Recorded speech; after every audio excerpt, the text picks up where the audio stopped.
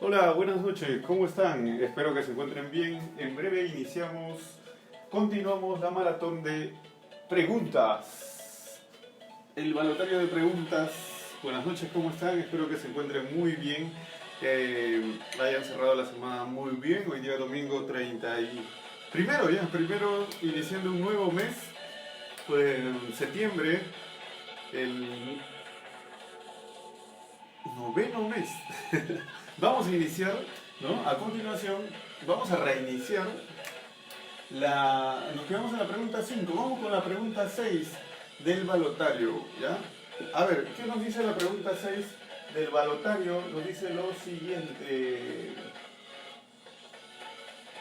A ver. Muy bien, tenemos la pregunta número 6 y nos habla sobre un gráfico y un acrónimo que se llama PESTE o PESTEC o PESTEL, ¿no?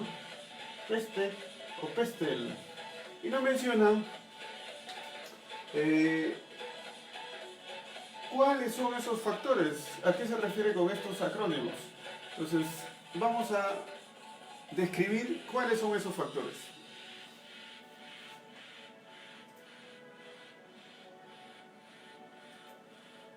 Recuerden que estos factores están en el macroentorno. Entonces vamos a describir este macroentorno. Ahí está. Primero que nada, cada uno de estas letritas, de estas letras, son factores que están en el macroentorno. Factores externos que están en el macroentorno, externos, ahí está, que están fuera de la empresa. El primer factor que vamos a analizar del entorno de la empresa es el factor político. ¿Qué vienen a ser factores gubernamentales, legales, entre otros, ¿no? Un ejemplo podría ser una ley relacionada a nuestro sector industrial. Otro es el factor económico. Y cuando hablamos de economía, tenemos variables macroeconómicas y microeconómicas. Una de esas variables podría ser la tasa de inflación. ¿Cuánto será la tasa de inflación en el Perú? Entonces, esto es un factor externo. Y así de cada una de las industrias en la cual podemos nosotros trabajar. La siguiente es el factor social. Y el factor social tiene que ver con lo que nosotros interactuamos día a día, ¿no? Por ejemplo, podría ser la tasa de nacimientos, la tasa de natalidad o la tasa de mortalidad en este caso, o también los estilos de vida de las personas. Esto tiene que ver con un aspecto cultural, sociocultural, sociodemográfico. El otro factor externo a la empresa y que está en el macroentorno es la tecnología. Como saben, los cambios tecnológicos son muy rápidos y por lo tanto necesitamos analizar cómo son los cambios en nuestra industria. Pasamos al último punto y es el factor ecológico. Y el factor ecológico recién se ha tomado en cuenta en este siglo, ya que anteriormente solamente la característica era producir y no preocuparse qué es lo que pasa a nuestro alrededor y cómo impacta, ya que no teníamos todavía instrumentos de medición y también no nos habíamos acercado a las ciencias. Por lo tanto, hemos respondido la pregunta número 6 del balotario. ¿Qué significa este acrónimo PESTE o PESTEL o PESTEC, como quieran en este caso describirlo? Entonces son factores externos que intervienen en el macroentorno de la empresa. Es un análisis externo que se le hace a cada industria en la cual nosotros vamos a operar. Borramos la sexta pregunta y nos vamos con la séptima pregunta en esta maratón de domingo por la noche. Séptima pregunta. A ver, vamos a analizar la séptima pregunta y es la siguiente. Saludos a Miguel, que está compartiendo, está comentando y está etiquetando. Espero que se encuentren muy bien, de hecho que sí. Ya es una semana que iniciamos y también un nuevo mes, así es que hay que ir recargados, powers, ¿ya? Y tomen mucha agua, ¿no? Ahí vamos. Pregunta número 7. Y la pregunta número 7 nos dice así.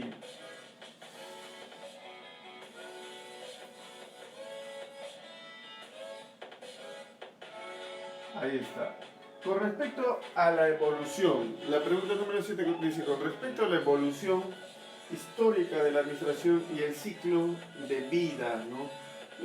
Tenemos que mencionar cómo es la evolución de la ciencia administrativa y cuál es la evolución o las fases, ¿no?, de las empresas, ¿no? ¿Cuál es el énfasis en las fases de la empresa? Vamos a analizar esta pregunta. Entonces, lo primero que nada es analizar, ¿no?, cómo ha ido evolucionando, en este caso, las ciencias administrativas. Y como observamos, ¿no?, las ciencias administrativas iniciaron en la época primitiva. En la época primitiva, ahí está, en la época primitiva, el hombre estaba en contacto con la naturaleza. El hombre era nómade, buscaba dónde asentar lo que más adelante eran las polis, las ciudades-estado, las tribus y todo lo que vino más adelante. Entonces, la ciencia administrativa básicamente se basaba en una constante de por sobrevivir, ¿no? Todavía no se hablaba de administración como ciencia, básicamente de una interacción, de gestionar los recursos que pueda darte la naturaleza, ¿no? Y como sabemos, en algún momento el manejo del fuego, ¿no?, y también de la agricultura y la ganadería permitieron asentar las primeras ciudades, ya que podíamos ahora cultivar y poder alimentarnos y no depender de la naturaleza. Entonces, la primera etapa de la evolución de la ciencia administrativa es la época primitiva. La segunda época es la época esclavista, donde ya se forman las ciudades-estado y básicamente aparecen grandes, por así decirlo, grandes imperios, ¿no? Y ellos básicamente utilizan la fuerza laboral para poder concretar sus obras en las diferentes artes de los seres humanos, en este caso, ¿no? Utilizan la mano de obra de los esclavos para construir esos grandes imperios, ¿no? Mencionamos a Egipto, a Caldeo, a Siria, a Mesopotamia, a Roma, a los fenicios, entre otros, ¿no?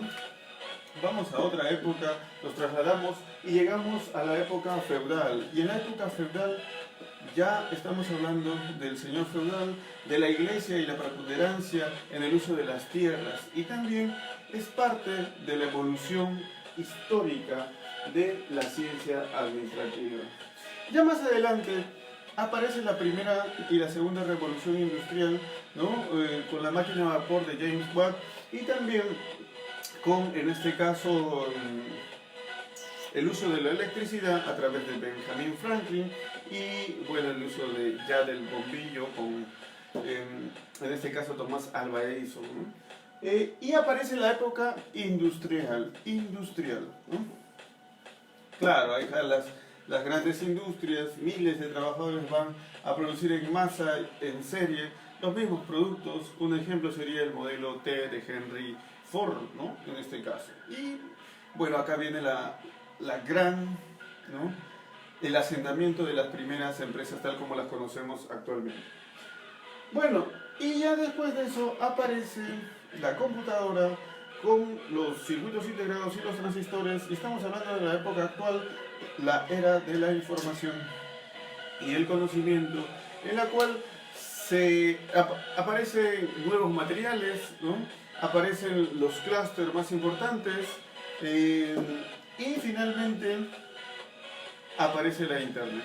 Y con ello aparece una conectividad global, lo que mencionamos en la pregunta anterior, la globalización. Entonces, tenemos estas etapas, estas épocas de la evolución de la ciencia administrativa. Esto fue la pregunta número 7.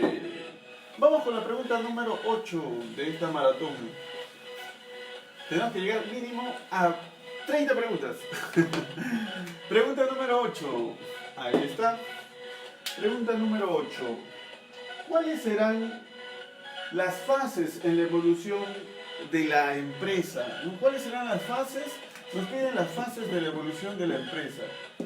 ¿Cuáles serán esas fases? Bueno, recordemos ya que estamos en la época industrial. En 1903 nos asentamos en Estados Unidos y observamos que este autor, Frederick Taylor, comienza, ahí está, Frederick Taylor comienza a hacer estudios con el método científico en las empresas de Estados Unidos y hace uso del estudio de tiempos y movimientos, y básicamente lo que él encuentra es la primera fase, ¿no?, en las empresas, denominada tareas. No nos preocupamos en realizar las tareas. Entonces, la primera fase, tareas. La segunda fase ya tiene que ver con la estructura organizacional. Entonces, necesitamos ordenar todas estas tareas, necesitamos que dé soporte, y es la estructura organizacional. Ahí está, ¿no? Y en la tercera fase, ¿no?, se deja de lado las tareas, la estructura, y se hace énfasis en las personas. Las personas son las que, en este caso, las que hacen que la empresa exista, son el motor de la empresa, el movimiento de la empresa, y necesitamos ocuparnos de ellas. Y es la tercera fase en la evolución, en este caso, de las empresas, ¿no?, los enfoques o el énfasis en que se hace este análisis de fases.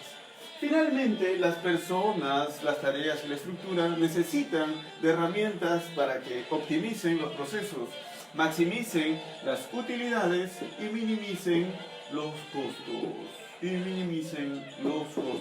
¿No? Ahí está. Entonces, para lograr eso, necesitamos una cuarta fase, la fase tecnológica, y necesitamos analizar qué tecnología podemos utilizar para estructurar con mayor armonía y equilibrio esas demás fases, estos recursos, observen, y se habla de una fase tecnológica o un énfasis en la tecnología, ahí está. Entonces, esta fase nos permite competir, crear, ¿no? Pero no solamente vamos a competir y vamos a crear, sino también tenemos que cuidar el medio ambiente, y aparece una quinta fase denominada medio ambiente. Ahí está, medio ambiente. Y bueno, ya como todos estamos felices en un mercado donde podemos obtener todos los bienes y servicios que querramos, ¿no?, vamos a terminar con énfasis en la fase 6 de la globalización. Y con eso, la gran pregunta es, ¿qué continúa después? ¿Qué fase continúa? ¿Qué creen? ¿No? Vamos a salir de nuestro planeta a buscar nuevos recursos fuera de este planeta. Esto fue la pregunta número 8, las fases de la evolución de las empresas, ¿no? Recuerden que ya han pasado menos de 150 años y han pasado todas estas fases durante la vida de las empresas, tal como las conocemos, ¿no?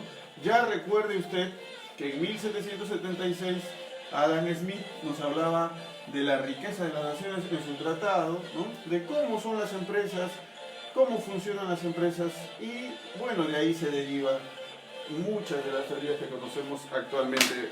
Pregunta número 9, no se canse, estamos en la maratón de preguntas. A ver, vamos con la pregunta número 9. Uy, esta está bonita, dice,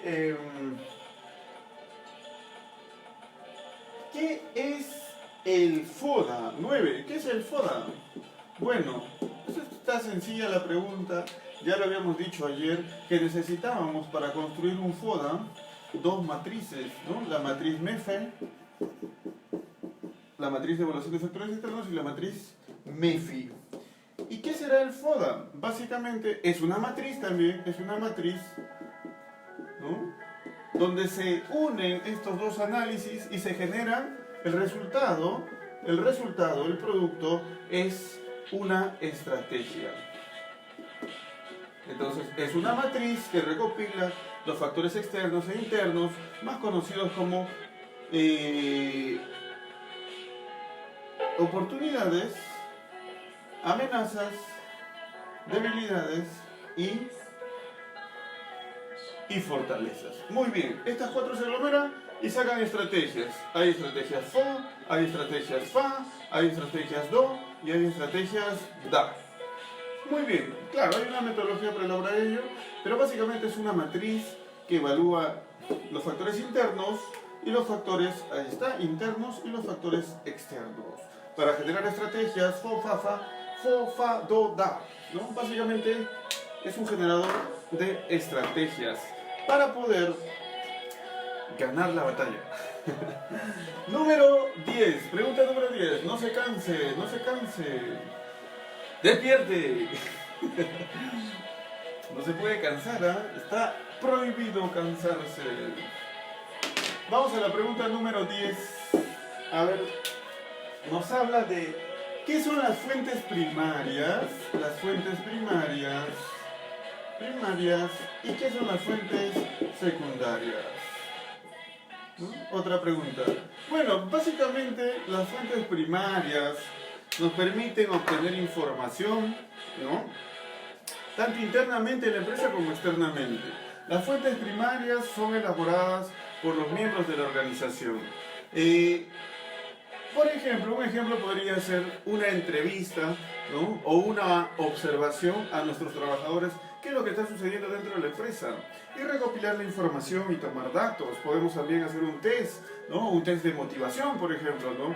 ¿Cuán motivados están nuestros trabajadores? Esto sería un resultado. El resultado se daría a conocer a través de gráficos, a través de informes.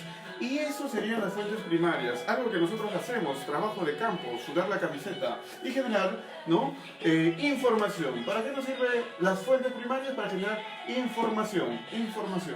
Y las fuentes secundarias lo mismo que las fuentes primarias, la única diferencia es que ustedes no lo van a realizar, lo va a realizar otra empresa, pero se va a generar información también. De aquí se habla de data histórica, ¿no? Ahí está, años anteriores, por ejemplo, 2018, 2017, ¿no? Y así sucesivamente hasta todo lo que podemos hallar. Nosotros tenemos dos tipos de fuentes, primarias y secundarias, y cada una de ellas nos permite generar información y poder tener una base de datos o una recopilación, ¿no? Para poder extraer. ¿Y para qué sirve todo esto? Para tomar decisiones, básicamente. Listo, pregunta número 11. No se canse, señorita, no se canse, joven, no se cansen. Está prohibido cansarse en este país llamado Perú. Bueno, vamos a hablar del ciclo de vida de las empresas. Nos dicen cuál es el ciclo de vida de las empresas. Bueno, se ha hecho un estudio, básicamente, que nos permite saber cómo es una empresa, ¿no? Estamos en la pregunta número 11 ya, y podemos hacer un pequeño gráfico entre, ¿no? El tiempo y el tamaño de la empresa. Por ejemplo, acá está una pequeña empresa, ¿no? Claro, está iniciando de pequeño y luego se convierte en grande, ¿no? Va aumentando. Este es el tamaño de la empresa y esta es la edad de la empresa. Acá está una empresa joven y acá está una empresa, por así decirlo, adulta, consolidada o madura.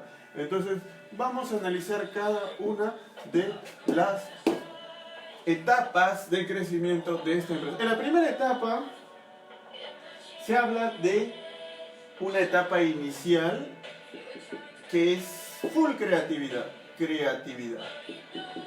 ¿No? Creatividad, ahí está. Entonces, la pequeña empresa tiene mucha creatividad y es la etapa inicial. Está joven, recién está en los primeros 2 años. Si pasa esa etapa, vamos a llegar a la etapa formal. Nos vamos a formalizar, vamos a tener todo en regla y va a salir una autonomía. Ahí está. En la etapa anterior no olvidemos liderazgo. Ahí está. Y también en esta etapa, cuando ya estamos creciendo, aparece la dirección. Ahí está. En la tercera etapa aparece la fase motivacional, ¿no? Y en la etapa motivacional, ¿no? Aparece el empoderamiento, ¿no? Esa motivación intrínseca, que lo haces porque tú quieres, no porque te obligan. Y aparece en esta etapa el controlar, medir. Y aparece también una fase de delegación, ¿no? Confiamos en nuestro equipo está motivado. Tenemos que controlarlo, sí, pero ya le delegamos funciones para que puedan realizarlas sin ningún problema. Ya nos acercamos a las dos últimas etapas. La cuarta etapa es la etapa relacional, ¿no? Ha crecido la empresa, ya estamos muy bien estructurados, casi consolidados. Mira, estamos llegando a la etapa adulta, ¿no? Empresas que duran más de 50 años, ¿no? Y hablamos de coordinar, la palabra clave es coordinación, ahí está. Y lo que subyace aquí es la autocracia, ¿no? Autocracia. Y finalmente, para ser breves, llegamos a la etapa adulta de empresas muy consolidadas. En el Perú, por ejemplo, el BCP, Bacus, entre otras, ¿no? En la etapa adulta aparece la última fase, que es la matricial. Y esa etapa matricial combina todos los conocimientos anteriores y genera la colaboración. Eso sí lo voy a poner bonito, mire, porque es una palabra bonita. Colaboración. Todos colaboran. Y finalmente hay una crisis, pero no es una crisis mala, sino todos quieren ser reconocidos, reconocimiento. Muy bien, estas fueron las etapas. Como ven, uno cuando va creando su empresa va de pequeño a grande, de joven a adulta, y va pasando fases que se repiten en cada una de las empresas. Entonces, hemos culminado con la pregunta número 11. No se me duerma mi jovencito amigo, mi jovencita amiga. Despierte. Ahí está. Llegamos a la pregunta 15 y hacemos un break para tomarnos un juguito, ¿ya? Vamos con la pregunta número 12. ¿Qué será la pregunta número 12? A ver, veamos. Dice, defina algunos términos. La primera es el objetivo, ¿no? El objetivo, muy importante saber qué es un objetivo, ¿no? Un objetivo, básicamente, es un enunciado en infinitivo que nos permite visualizar qué es lo que vamos a hacer en el futuro para tener claro hacia dónde vamos. Entonces, el objetivo es tener un punto de referencia para actuar en base a ese punto de referencia y lograr culminarlo. Un objetivo, básicamente, es un infinitivo, ¿no?, que nos permite culminar o dar con éxito la visión, ¿no?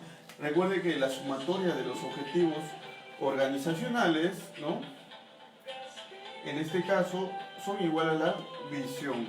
Muy bien, ahí está el objetivo, ¿no?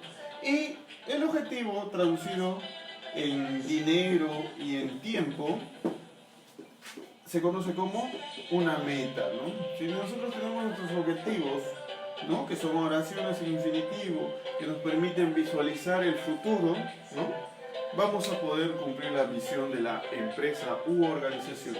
Muy bien, entonces, eso fue la pregunta número 12. La pregunta número 13. Nos preguntan qué es eficacia. Eficacia, ¿no? Es otro término, ahí está, eficacia. Y la eficacia tiene que ver con el manejo de recursos, ¿no? Los recursos pueden ser económicos, pueden ser humanos, pueden ser financieros, pueden ser tecnológicos. Entonces, cada uno de los recursos que nos puedan entregar, ¿no?, dentro de la organización requiere un manejo adecuado de estos recursos. Y para manejar adecuadamente estos recursos necesitamos usarlos, tomar buenas decisiones. Y básicamente realizar o tomar buenas decisiones, ¿no? Y generar resultados, ahí está la palabra clave, resultados, eso es la eficacia, ¿no? Aparte de tomar buenas decisiones, lo más importante es generar resultados. Entonces la eficacia es generar resultados. Por ejemplo, si nuestra meta de venta será $100.000, ese es el resultado. Y si lo logramos, somos eficaces. Si no lo logramos, no somos eficaces, no somos en este caso generadores de resultados. Y nos alejamos cada vez más de la visión. Eficacia entonces, resultados, ¿no? Muchos autores hablan de una analogía entre el fútbol y la eficacia. Entonces nos dicen que en el fútbol, ¿no? Los goles y ganar el partido con esos goles es la eficacia. Y en este caso jugar bonito y no ganar el partido es la eficiencia. Muy bien, pregunta número 13. Nos acercamos a las dos últimas preguntas para hacer el break. Pregunta número 14. ¿Qué es la entropía? La entropía básicamente es un concepto tomado de la física que significa desorden molecular, ¿no? Imagínense que tienen un globo, lo inflan, ya está inflado, y básicamente las moléculas de aire chocan contra el globo y eso genera un desorden, un caos molecular. Y dentro de la empresa también existe ese desorden y se habla de la teoría del caos. Imagínense las interrelaciones que hay en la empresa, ¿no? Todas las áreas, cada una de las áreas en los pisos respectivos o en los departamentos respectivos, ¿no? Hay interacciones, hay un desorden en realidad, ¿ya? Es aleatorio y comienzas a buscar por todos los departamentos, a buscar la solución. Entonces la entropía es el grado de desorden, pero no sería molecular. En el campo de la administración sería el grado de desorden, ¿no? De todos los miembros de la organización. Muy bien, la pregunta número 14, ¿qué es entropía?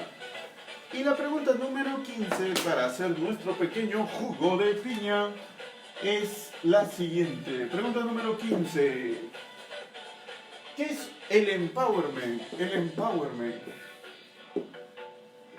Ahí está, el empowerment. Bueno, tiene una palabra, una voz de otro país, pero básicamente traducida a nuestro idioma es la delegación o empoderamiento, la delegación, delegar funciones, entregar funciones o entregar funciones a otro. Empoderar, ¿no? Empoderar. Se habla del empoderamiento de la mujer, ¿no? En los nuevos cargos gerenciales, ya tenemos gerentes mujeres, representantes en todas las áreas, entonces se está empoderando la mujer, ¿no? Y también se puede hablar de empoderar a tus empleados, ¿no? Porque uno desconfía de lo que puedan hacer, porque pensamos que no hay nadie que lo haga mejor que nosotros. Y lo que debemos pensar es lo contrario, que tenemos que buscar a alguien que haga mejor las cosas que nosotros, que lo haga tan bien que no necesitemos ni siquiera supervisarlo. Ese es el empowerment, y es una estrategia y es un concepto actual que tenemos que aplicar en todos los campos del saber humano. Bueno, fue la pregunta número 15 y con eso cerramos el primer bloque de preguntas hasta llegar a la pregunta número 30. Nos vemos. Vamos a preparar un jugo.